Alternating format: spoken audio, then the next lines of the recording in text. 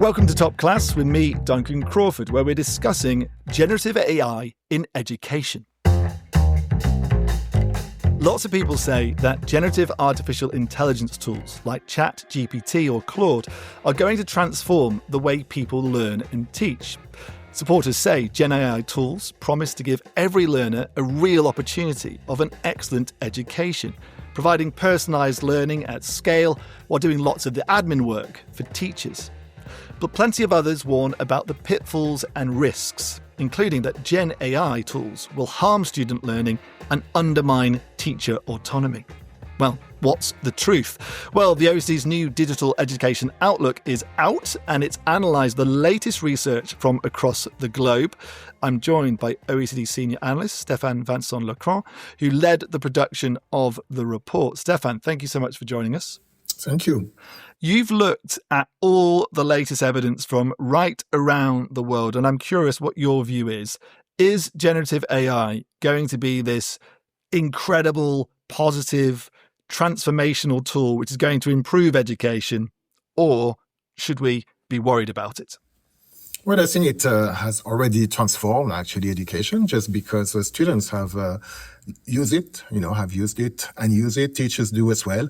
And so even so they don't use it in school or, as part of their studies in their universities, it actually already changes the game. So I think that in terms of transformation, the technology itself is a bit like as transformative as the internet was. It's not going to change everything, but it actually is going to change a lot, indeed. What is GenAI and how is it different to standard AI, to those who don't know? Well, the standard AI tools, have been kind of pervasive. For example, when we use speech-to-text or text-to-speech on our phones, or when we actually use translation software, that's a kind of good old-fashioned AI, as people call it. GenAI is different because it generates new content. So, usually based on prompts, questions, and it's also based on their training data sets, basically. And so that's a big difference. It is actually designed to assist us, to do things for us. And that's one of the possible dangers for education, because in fact, part of the thing that we're asked to do in education are actually designed so that we can learn something and not just so that we can do these things. And if we use GenAI to do them without paying too much attention and just focusing on the output, then actually there is a risk that it doesn't lead to actual learning. The new Digital Education Outlook talks about that quite a lot, and it makes a point that there are these general purpose GenAI tools which everyone around the world is using, and then you also have these education specific GenAI tools. Tell us about the difference between the outcomes and how they impact learning. So first, general purpose GenAI tools, as you've mentioned, are, tools like chatbots like ChatGPT or Claude or Gemini, these kind of tools that everyone uses when they are not in the study mode, that's, so basically that's all these tools that, are accessible for free and, usually that we use as chatbots. The educational GenAI tools are tools more like Camigo, Squirrel AI, where actually they are designed in such a way that they don't give away the answer and they don't do things for us directly, but actually they help us to do it only, and so that's the big difference between an educational GenAI tool and a general purpose. One is designed to assist and do things for us, while the other one is designed to support our learning. So that's kind of the big difference between the two. And we see differences indeed in terms of the evidence of their effectiveness in terms of learning. So let's talk about that evidence, and let's start with the general purpose GenAI tools, because obviously loads of students are using these. So in what ways can general purpose GenAI tools be a benefit to students? They can benefit students mainly actually when they are used for pedagogical purpose or in a clever way, and in such a way that doesn't diminish too much actually the cognitive effort that is needed for learning. So, the way that many of the students use it is by, as a search engine, for example. In some cases, it's unclear whether, you'd rather go to a search engine directly rather than actually get the easier versions through a GenAI tool. But that's a kind of a useful way of doing it, because if you interact in an interactive way with it, you can access information in an easy way and you can actually learn. And actually, in some cases, it can really be used, in a pedagogical way as well, to do things that you couldn't easily do before, to motivate you to do certain tasks.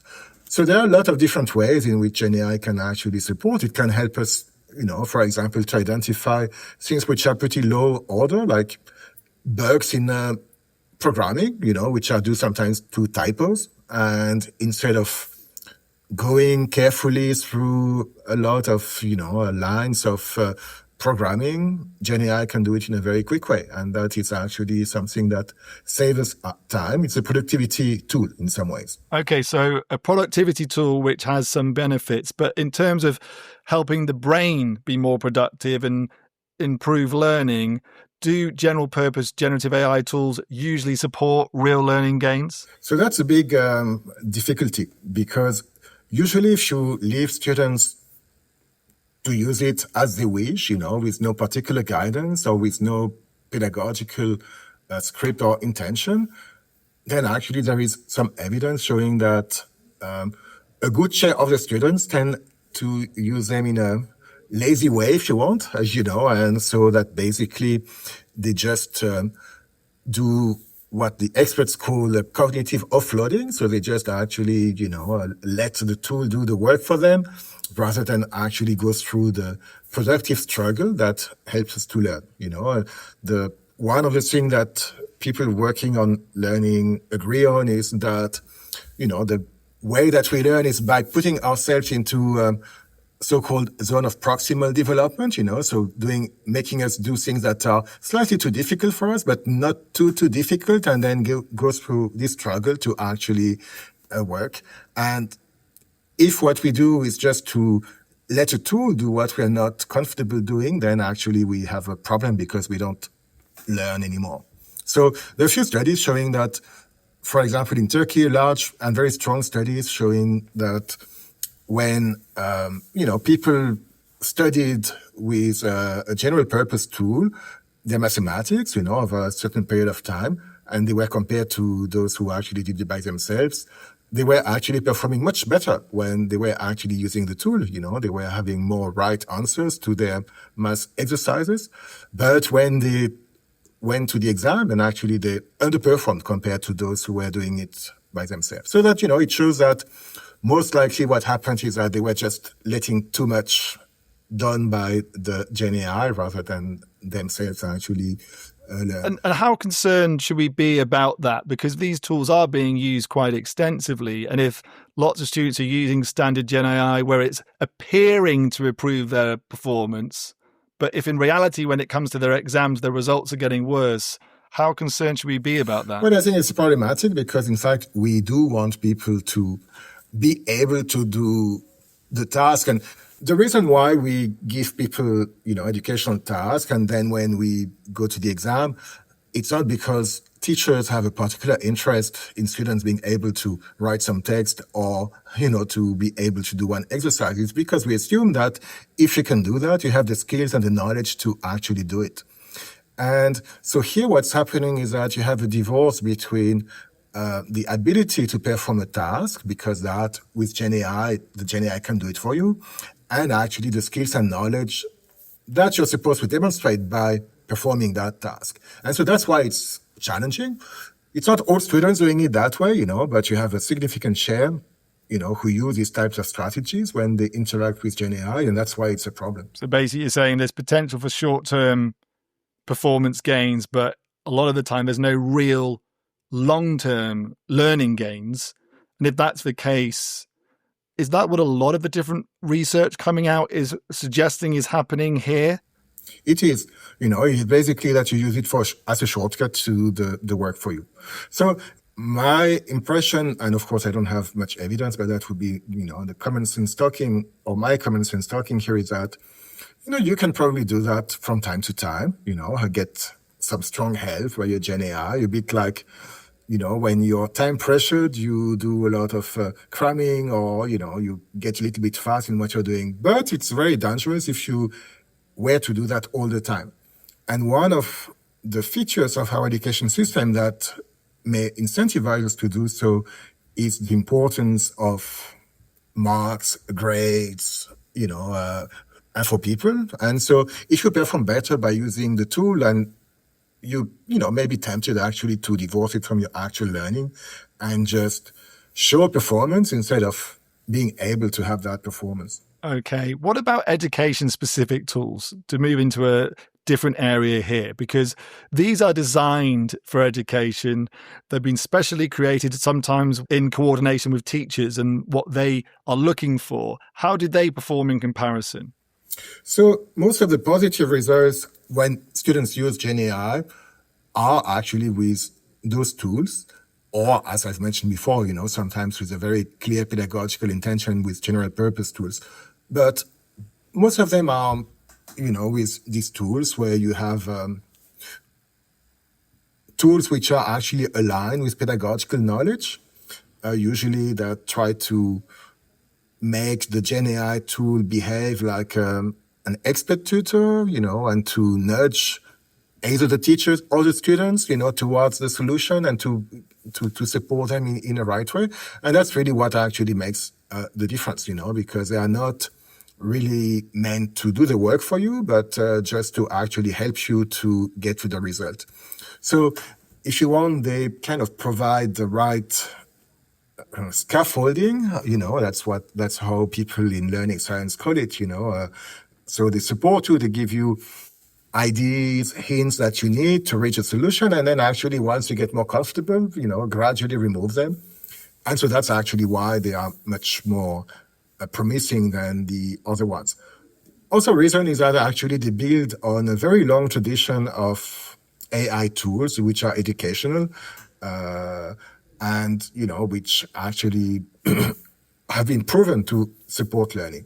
So what the GenAI brings to those tools is really the conversational dimension, so instead of having something which is prescripted, you can actually act in a more natural way. You can interact with the tool in a more natural way because it looks like a real dialogue.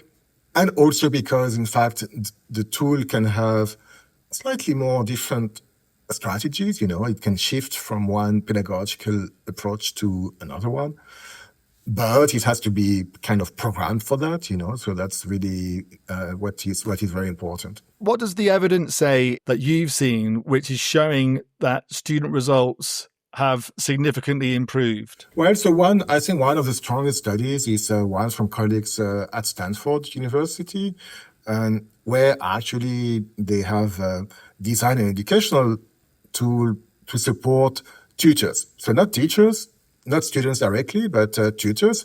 We know that one-on-one tutoring is one of the most effective way to actually improve the quality of learning. And so, but it is usually very expensive and resource intensive to do that.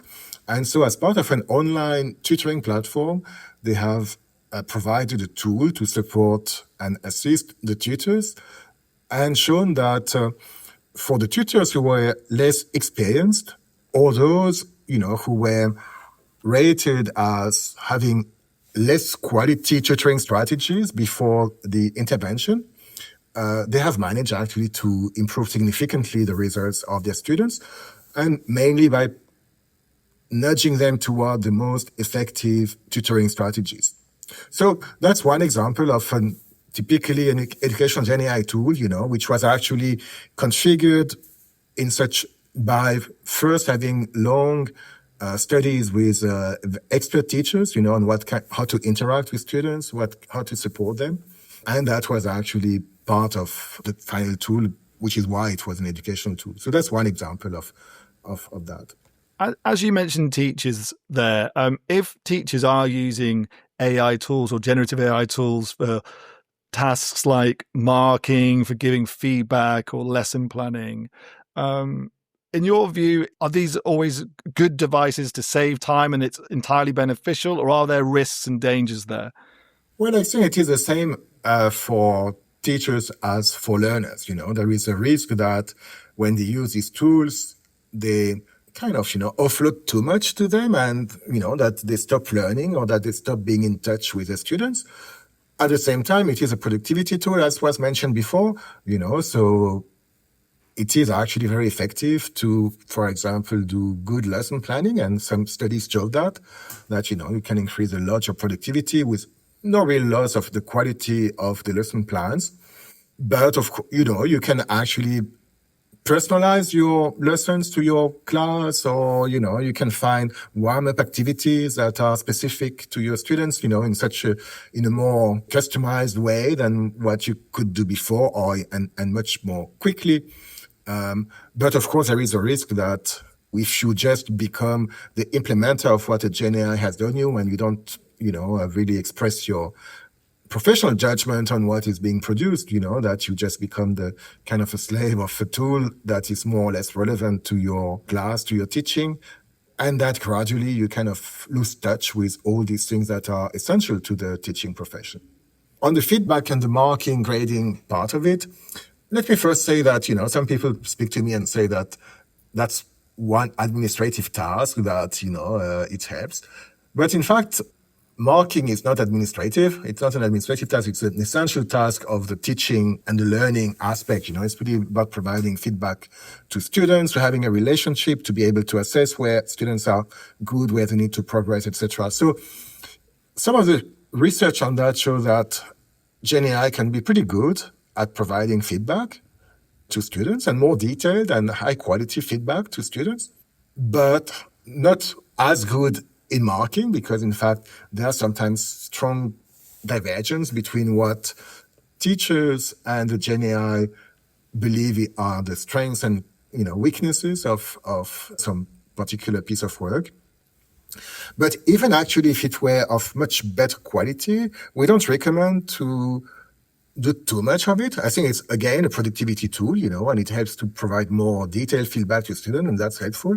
But here again, the teachers have to remain in the driving seat and, to approve, endorse, reject what the GenAI has actually suggested. Also for them to know how the students are doing and having a personal relationship to students. Because in fact, the feedback only works if you do something about it as a student. And it also looks currently from the research that, at least for now, students are not very receptive to the feedback from GenAI, whereas they are receptive to the feedback of their teachers. They want to please the teachers, or they believe that the feedback is more authentic, more credible, etc. And so that's why actually, in some cases, even when GenAI is doing pretty well, it's not necessarily a good thing to adopt it. I can imagine if you're a student and you think that your teacher hasn't even read the work which you've handed in and it's all being outsourced to AI, that you might not pay that much attention to the mark you get or care as much because you think that the person who is teaching you isn't invested in your own learning.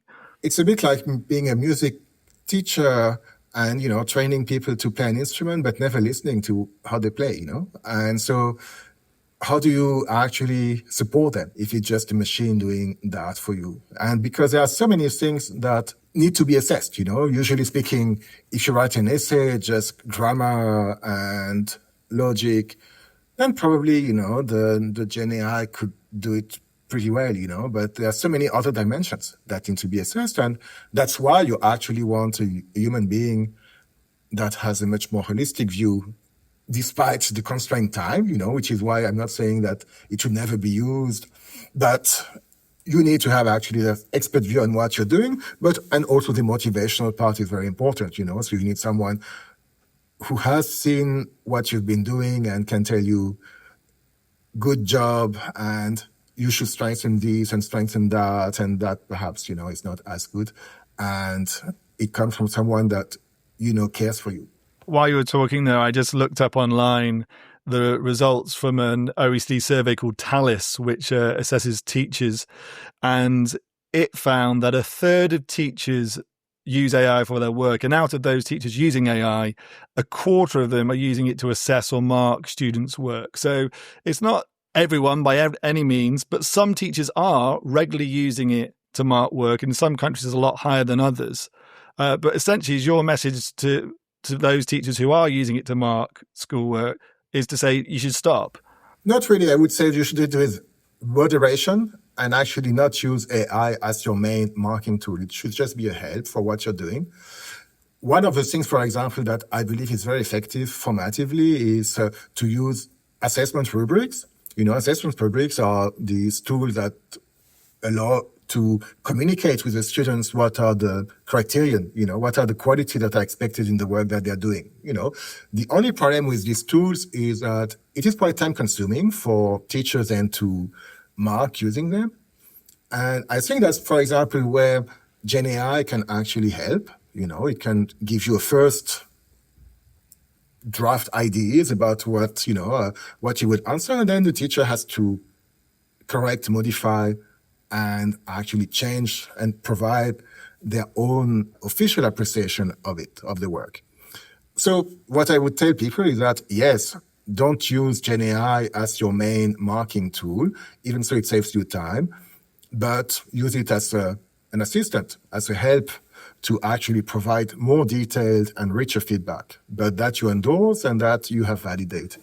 Like you said at the start of this conversation, everyone's using these tools in schools already, students and teachers alike. But a lot of people warn that issues such as data privacy, bias, AI ethics, all these sort of things, that these concerns are being ignored in the rush to use AI. Are those issues, things like data privacy, are they being taken seriously by teachers, by schools, by policymakers? Or should more be being done to ensure that everything being used is above board? Well, that's a difficult question, Duncan, because they are actually, taken into consideration, and all the guidance that is provided on AI and digital tools in general include these dimensions of, that privacy, data protection, safety, etc. And actually, a lot of countries have regulation about that and do a lot of things about it. Now, when it comes to general purpose, so we're going back to the initial discussion, general purpose GenAI, most of the time it is actually used by students and teachers at home, not provided by schools. All the free of charge versions do not actually meet these standards. So that here, that's really one of the big questions for education systems is, are we going to pay a license to actually provide these tools to our students and teachers in such a way that is going to respect their privacy and data protection, etc. Some countries do that, so Estonia has just started a big initiative to provide it to their high school students in grade 10 and 11, as well as to all the teachers. But of course, it comes at a cost. And it's different for educational GenAI because educational GenAI, usually speaking, is actually provided by education systems. So that, usually the things that are provided by your school or by your systems respect these standards. When you use free tools outside, at home, it is a different story. Given the findings of this report that education-specific GenAI tools are the most effective, and what you just said there about issues like data privacy, should policymakers be focusing on ensuring that only education-specific AI tools are used in schools? Well, it depends on the education tools and also on the use of the general purpose. So I would say one of the things that at some point schools and universities have to do, and I see I'm starting to introduce kind of an age dimension to that.